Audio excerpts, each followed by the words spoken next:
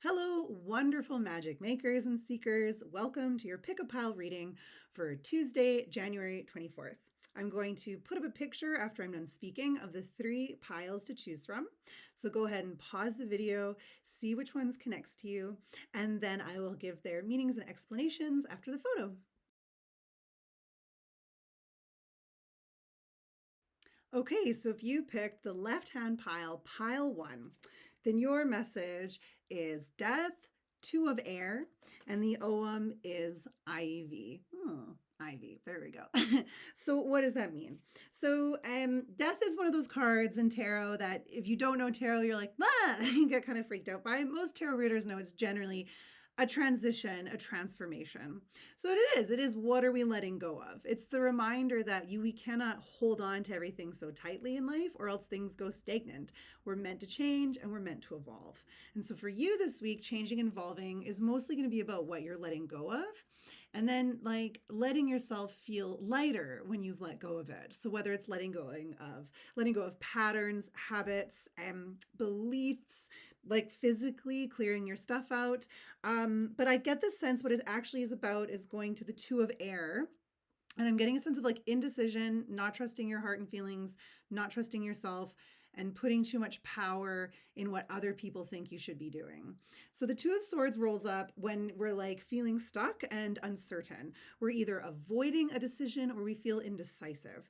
And it's usually because we're too in the head and we're too blocked from our heart and intuition. So that is actually, I think, the sense of what you're letting go of because your Ogham is ivy and ivy's about the spiral of life. So it's about like we learn and then we come out of that darkness and we shine and then there's more to learn and we go back down and we come back out. And also going back to this evolution that you're going through with death. We let things go, we make space and then new things fill that up and we let go who we thought we were and then we become who we want to be right now. And then that changes again. So with this, I think this is going to help any indecision that you might be going through or any kind of avoidance of decisions because you can let go of this idea of such permanence. Who you are right now, just who do you feel like being now? You don't have to be that version of you in 10 years, you know? Like, who knows what exciting journeys life is going to throw your way. So we don't need to make this decision from this big energy of like permanence. The real energy I'm getting here is making your decisions, understanding that we're always evolving and giving yourself the flexibility. Then what I feel is really released for you if you do that is heaviness on your decisions and more trust in yourself because you don't feel like there's just so much on the line. So that's what you can let go of this week. So notice when you go to make a decision, you're like, oh, I don't know what I should do, or you're not trusting your intuition. Are you not trusting your intuition? Or are you other people's voices being like, you should do this, you should do that, that's stupid, blah, blah, blah? Or is like other people's words, are they clouding your vision? So this is the week that could be something to let go of. So as you're deciding who you want to be, what you want to pursue, steps to take, where you want to live, all of these things, just release permanence, embrace what you feel called to do right now, and make decisions from this place. Sound good? Okay, great. Have a good week. Okay, and for my friends who picked the middle pile, so pile 2, your messages this week are the Magician, the 8 of Fire, and the Ogham is the yew tree. Very cool. So the Magician is the magic maker, the manifester, the person that sings and speaks their world into being. It's definitely a card for you of empowerment, of making things happen, but the Magician doesn't have this energy of force. We're not forcing things to happen. It's this really beautiful energy of co-creation. And maybe you've heard that too much. Let me break it down a little more for you. So it's co-creation where you understand that like you've had this desire, maybe it's this wish and a dream, or it's been like maybe spirit gave it to you, right? I believe that sometimes our longings for what we wish to experience or create do come to us from spirit so that we can enact our purpose out into the world. But whatever, either way, however you believe it, you've got these longings, they were given to you, and you understand that you working with the elements can make so much magic happen.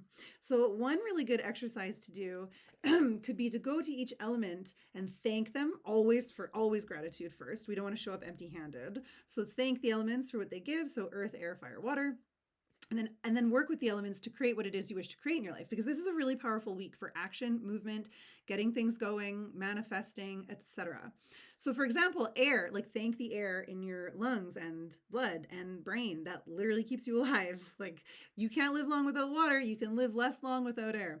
Thank the air for bringing you the ideas. Thank the air for your ideas traveling out, going to the right people, kind of thing.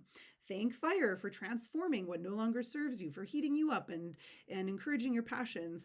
Thank water for cleansing you of what doesn't serve and awakening your intuitive abilities. Thank earth for the stability and the abundance needed, etc. So when you co-create, it's this awareness of it's not just you having to do everything. It's you working with the energies around you and within you to create what you feel called to create. And it just looks like things are happening fast, fast, fast, fast. The 8 of fire this week is like incoming messages. So if you've been waiting to hear from someone, waiting for news, this is a week in which you're going to be getting some of those phone calls, emails, etc. It's also a week, I get the sense that like opportunities are coming to you, and these are not going to stand still. So it's definitely a message of like, if the opportunity comes, if it feels right, say yes, because if you don't, it will pass you by. And yew is as a message is a rune of regeneration. So yew trees grow, and as they start to die, they have like daughter trees grow up in them.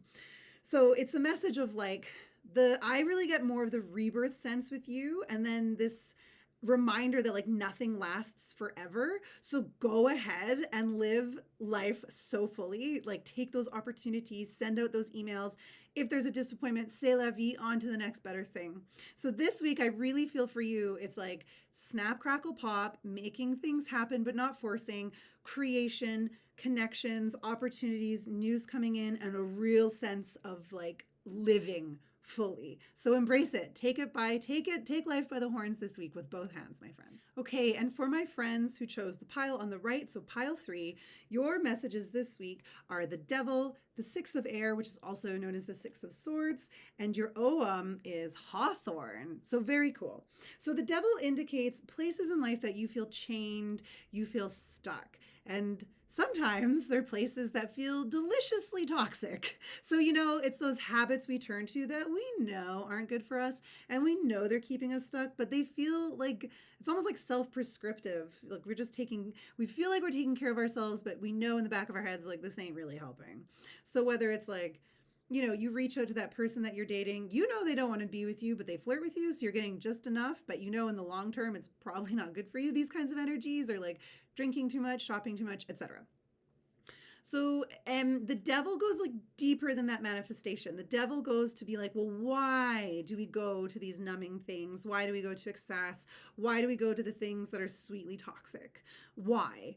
And so this week, the 6 of air brings this really healing message of being able to recognize what you're doing that keeps you feel stuck and trapped, like someone else is pulling the puppet strings, like you're like, where's my life? Why am I doing this? You get to cut the strings of what's controlling you and take your life back into your own hands. So the 6 of air is a beautiful message of healing, of easier times ahead. So be really objective with yourself, I'd say. Gentle but objective, be strong. So recognize when you're like, how interesting that I self-sabotage like that, or however that manifests, or that like, ooh, do I ever live in fear?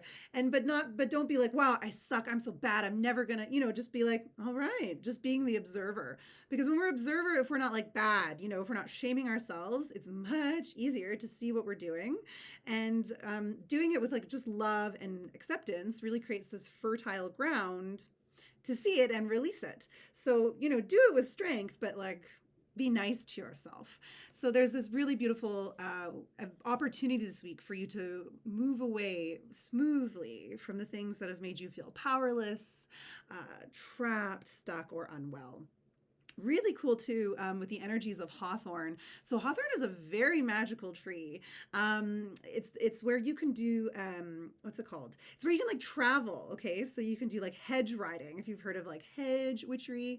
So hawthorn is a great place to actually journey into the other world. So and hawthorn is also a protective barrier. So when we look at hawthorn, I'm really seeing this as like, look at the parts of your life that feel stuck, that feel like barriers, and look for the magical portal of what you can learn. And I recognize that sometimes you're like, nothing. This is just a garbage situation. But I mean, these cards in this OM indicate that there is a portal within what keeps you trapped, that when you go through it and you look for the portal and you look for the learning and you face it, there's actually a magical journey that is available to you. So it's really looking at challenges as opportunities for growth and not a punishment or like you did something bad. So I really get the sense that through this willingness to be like, right, like look at that blockage, that barrier that you feel is in your life and be like, look right at it. And then set the intention to create a portal, like go into that place. And then you go into your own other world, the place of the spirits, where there's actually all this like healing connection. Then I get the sense you find this wisdom and the information you need for smooth sailing to easier times. So it's facing some shadow. It's taking the meat of the challenge and letting it make you wiser. And then it's a time of ease and things getting easier for you this week. So take care. Everyone, thank you so much for being here. I hope this reading was helpful and healing and empowering to help you weave the most beautiful life into existence for yourself and for your community and for the world. If you would like a personal reading, you can go to my Etsy page. The link is below. You can book a pre-recorded video reading. You can book an hour-long reading. I also have energy healing sessions and Reiki. We've got lots of options to help you with whatever healing you're looking to explore and whatever light you're wishing to share with the world. So thank you again for being here and have a wonderful week.